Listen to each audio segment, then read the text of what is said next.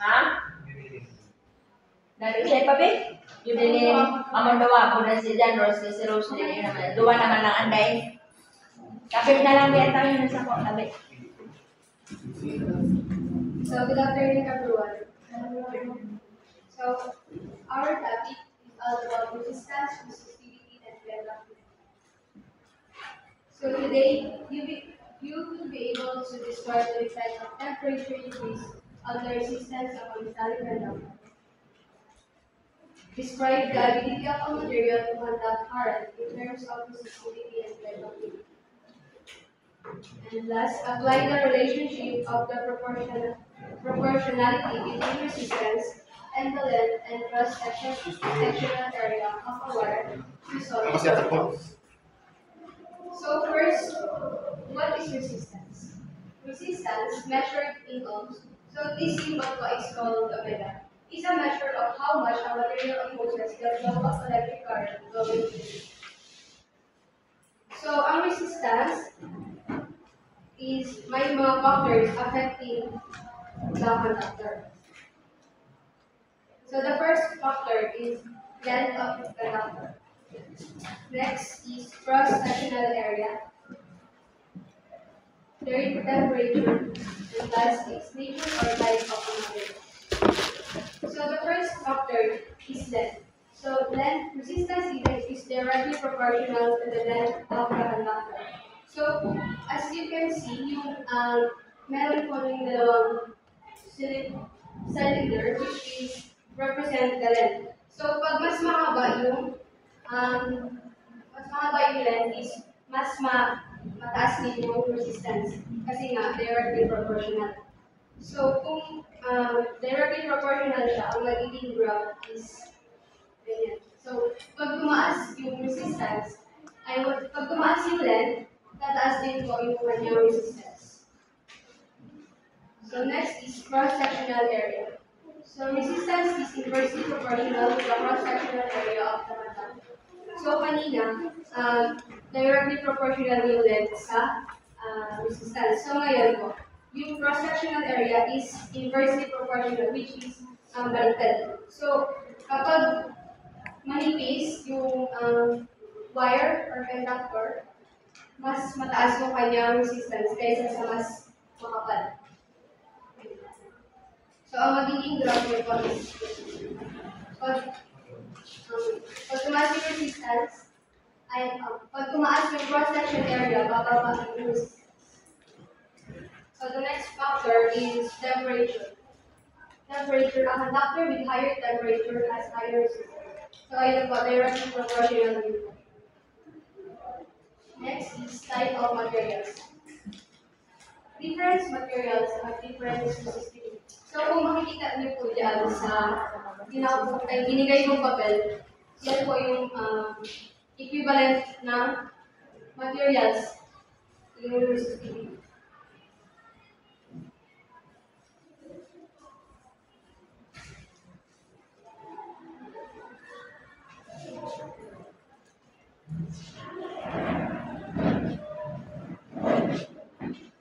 So let a metallic conductor having a resistance of resistance final and initial at 0 degrees Celsius be heated of temperature degrees Celsius. And let's its resistance at this temperature be resistance final. Then considering normal ranges of temperature, it is found that the increase in resistance is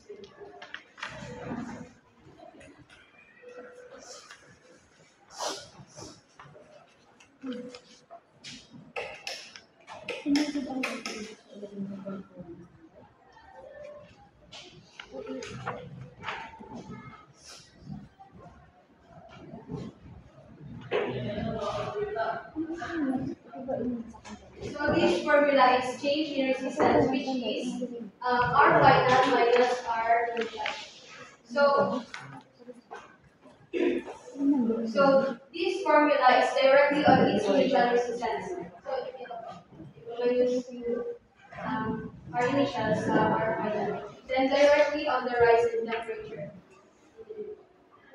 And third, on the nature of the material of the conductor. which is ini po itong kabuuan niya. Direct view, ini itong formula dyan sa tatlo.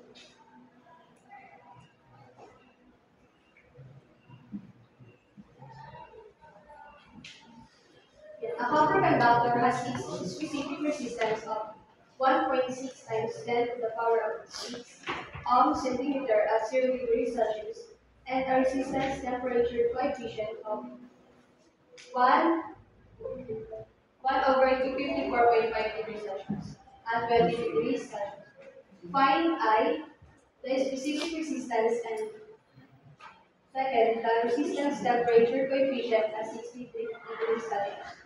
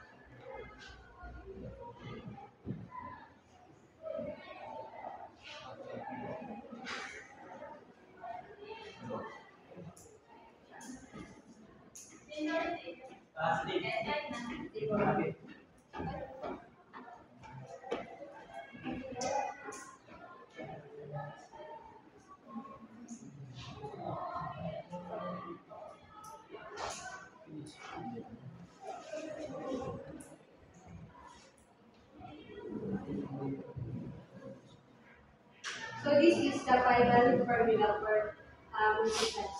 So para I explain kung paano siya napunta dito. So ito, change in resistance is equals to alpha and resistance initial minus change in temperature. So yung change in temperature is parehas lang po siya dito sa change in resistance, which is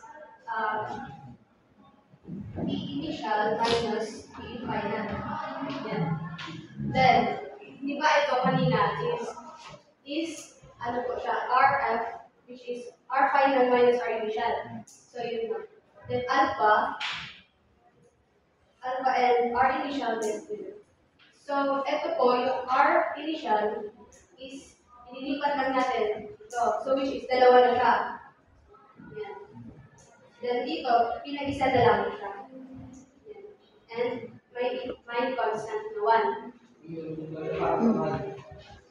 Tapos, itong alpha po pala, ito, which is may 0. Yung equivalent dito is yung equivalent din ng temperature. Yung ilalagay din itong amount or equivalent is kaparehas lang po siya dito sa change in temperature. So, kapag yung specific resistance naman po hinahanap, parehas lang po yung formula niya, which is papalitan lang po ng P, specific resistance.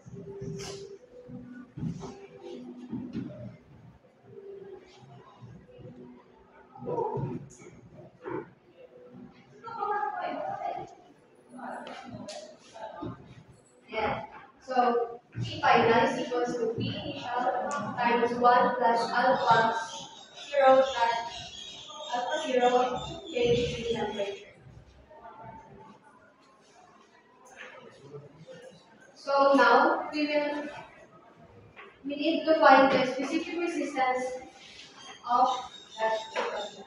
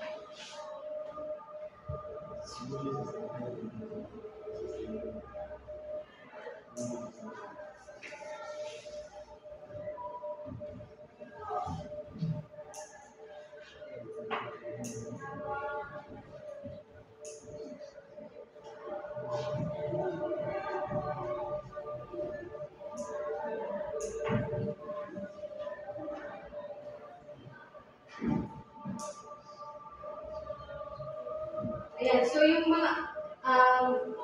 mga given ko is dinagdag dito sa formula, which is yung P initial is 1.6 times 10 to the power of 6 multiplied by 1 plus 1 over 51.5 times 60 minus 0. So, at the 60 minus 0 is 60 is the final and 0 is the initial temperature. So, this is the final answer for first.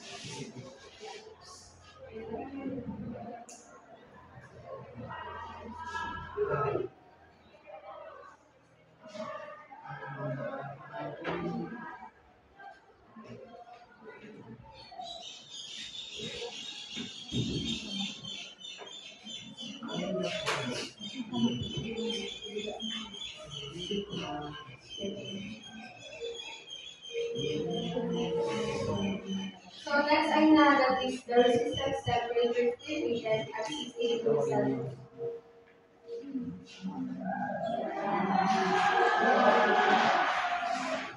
By the way, yung formula ko pag naglalat yung resistance temperature coefficient is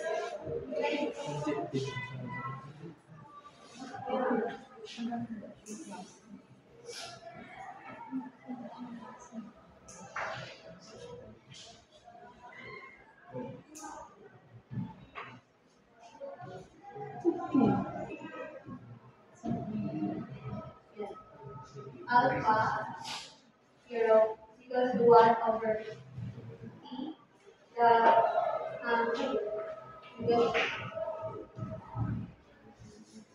and the temperature initial. So the second, ang hinahanap is yun, resistance temperature coefficient at 60 degrees Celsius.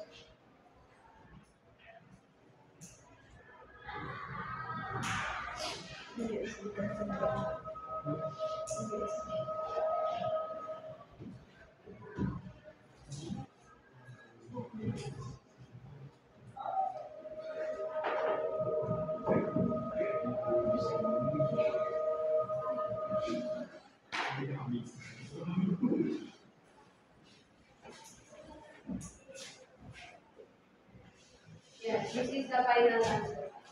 Inag lang yung T plus T initial. Gets na? Yeah. So, kung mapapansin nyo yung T initial, equivalent lang po siya sa alpha. Na 60.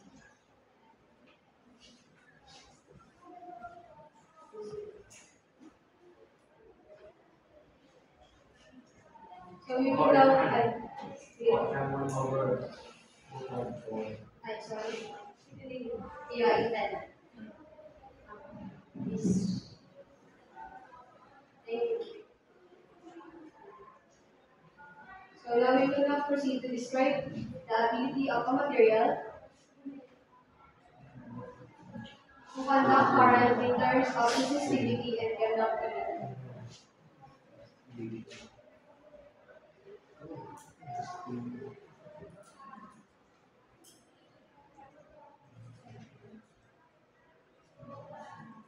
So resistivity is a property that describes the extent to which a material opposes the flow of electrical current.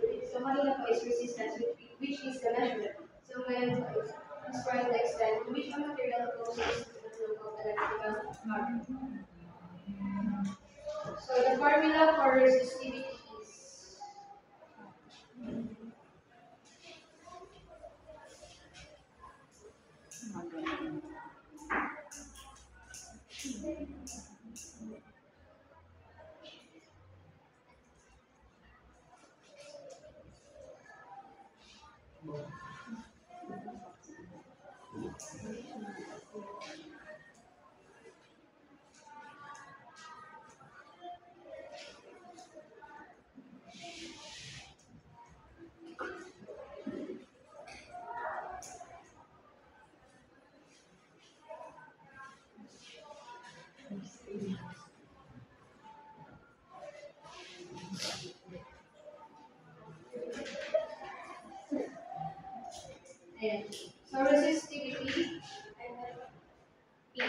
symbol is equals to resistance times cross-sectional area over length. Yung kasabag ba is resistance per meter.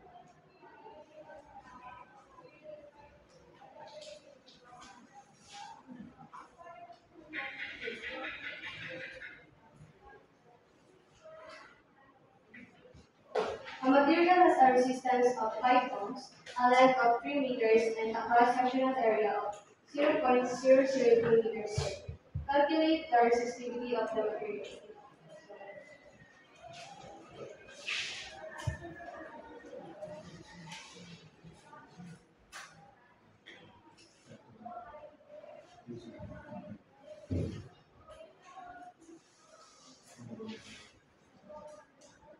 Ayan, so resistance is equals to 5 ohms and times the cross-sectional area, which is 0.002 meters squared, divided by 3 meters.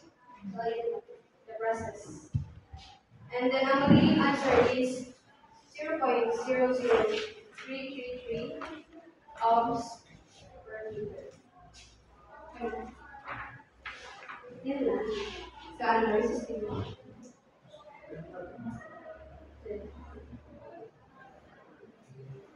So, now we will proceed to conductivity. Conductivity is a property that describes the extent to which a material allows the flow of electrical current.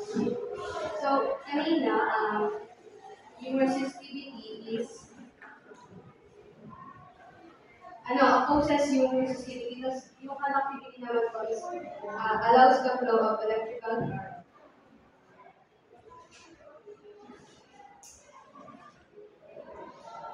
Simply, this is the formula of conductivity.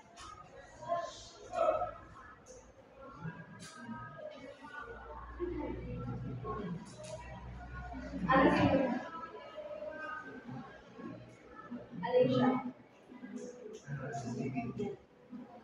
Yun lang, yung resistivity.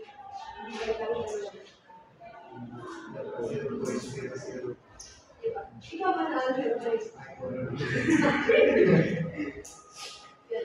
A silver wire has an electrical resistivity of 1.59 times 10 to the power of negative 8 ohms.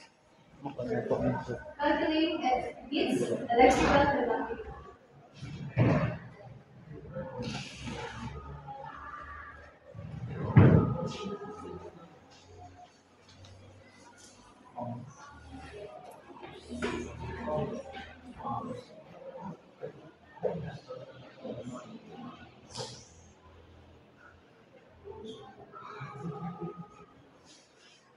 So the resistivity of a silver wire is equals to 1.59 times 10 to the power of negative 8 ohms.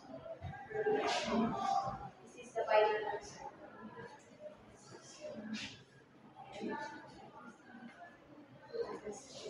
So since the conductivity is the inverse of resistivity, a low resistivity means high conductivity and vice versa. So pag high naman po yung resistivity, low naman yung magiging conductivity. Kasi nga, inverse ay inverse nito.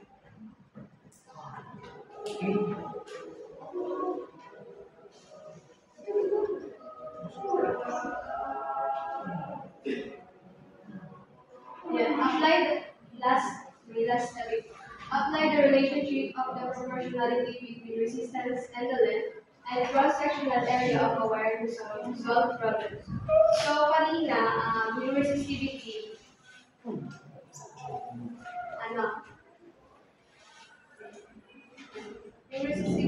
resistance yung candle. So, ngayon naman po, sir, nakalagay naman natin yung relationship ng resistance between length and cross-sectional area.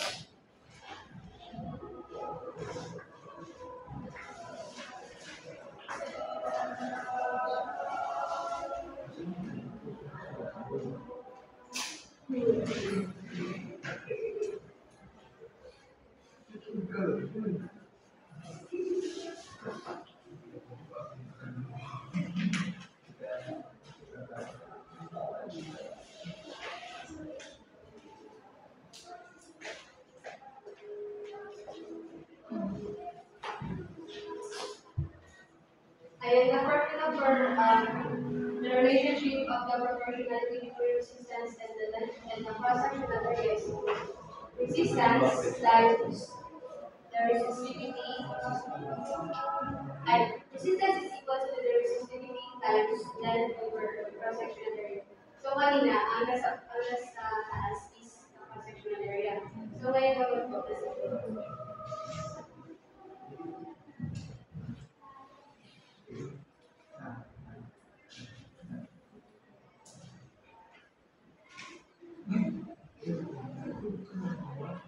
calculate the resistance of a uniform wire on diameter 0.45 millimeter and then 7 meter. The wire used is copper. So, ano po yung medyo sa pag-alam nyo? Ano po yung medyo na copper? 1.72 times 10 to the power of 32.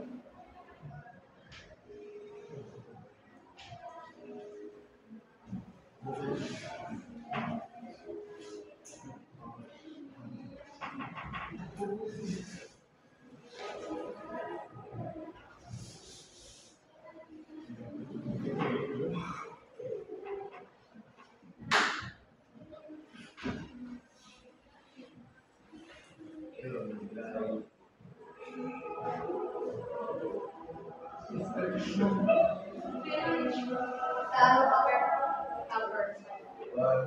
1.72 times 10 72. 72. Times 10 to the power of 8 times 10 is Negative 8.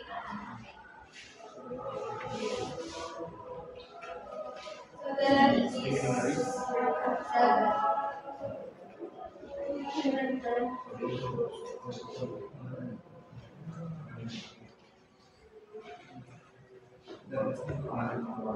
Over the cross-sectional area is 0.35.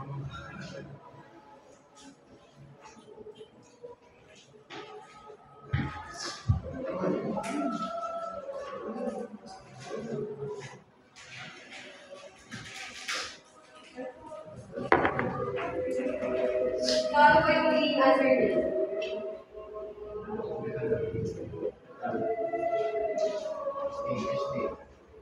Plus 1 to 3.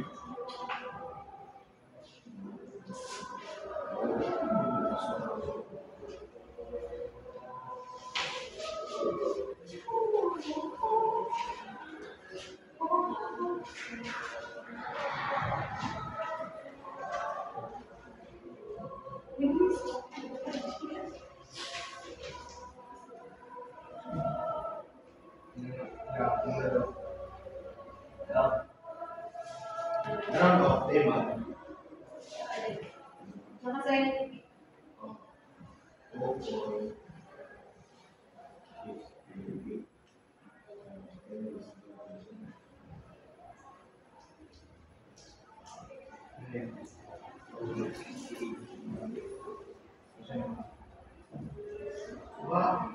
Ano po answer?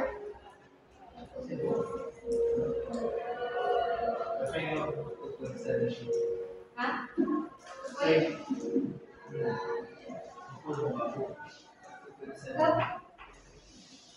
72?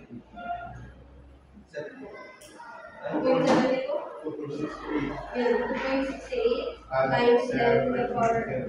Yeah. Check mo ulit.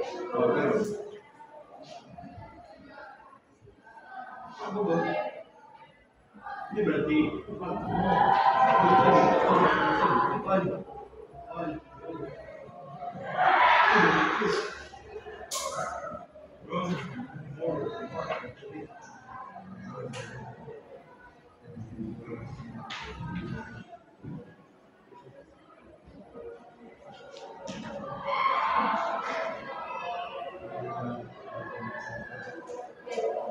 This is the final answer for resistance. 2.685 is like the power of 9 meter.